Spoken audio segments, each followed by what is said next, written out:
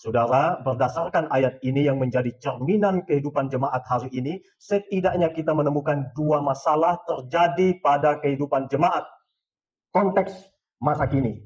Yang pertama, kurangnya komitmen terhadap pengajaran dan firman Tuhan.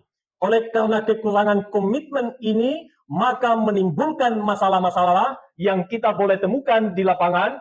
Misalkan, iman tidak mengalami pertumbuhan, iman kerdil, iman stagnan, sehingga ketika ada cobaan, ketika ada godaan, gampang goyah, gampang diombang-ambingkan, gampang disesatkan oleh rupa-rupa dunia.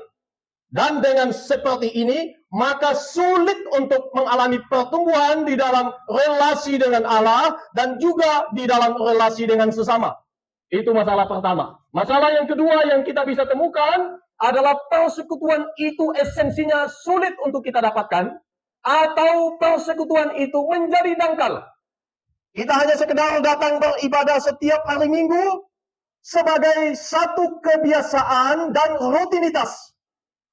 Dan pada akhirnya kita hanya dikenal sebagai Kristen pada hari Minggu, sedangkan hari-hari lain, Senin sampai Sabtu, kita dikenal sebagai orang duniawi.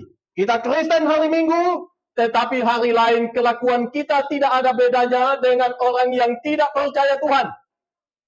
Itu masalah kita hari ini. Kalau sudah seperti itu, maka sulit untuk menunjukkan identitas sebagai Kristen di hadapan Tuhan. Harusnya Kristen adalah orang yang mengikut Tuhan, di dalamnya harus saling peduli, saling menolong, saling mengampuni jikalau ada satu bersalah kepada kita. Kita tidak menaruh dendam, tetapi kita juga berusaha supaya tidak menyakiti sesama kita. Tetapi saudara, saya harap di GSRI Epitel tidak demikian, karena kita membangun pelayanan kita dari awal seperti moto dari gereja kita, Epitel. Ini diambil dari Filipi 1 ayat yang ke-6, dengan singkat menggambarkan Allah yang sudah memulai, maka Allah yang meneruskan bukan hanya pelayanan secara kolektif, tetapi juga pelayanan personal dan kehidupan relasi personal dengan Tuhan dan dengan sesama.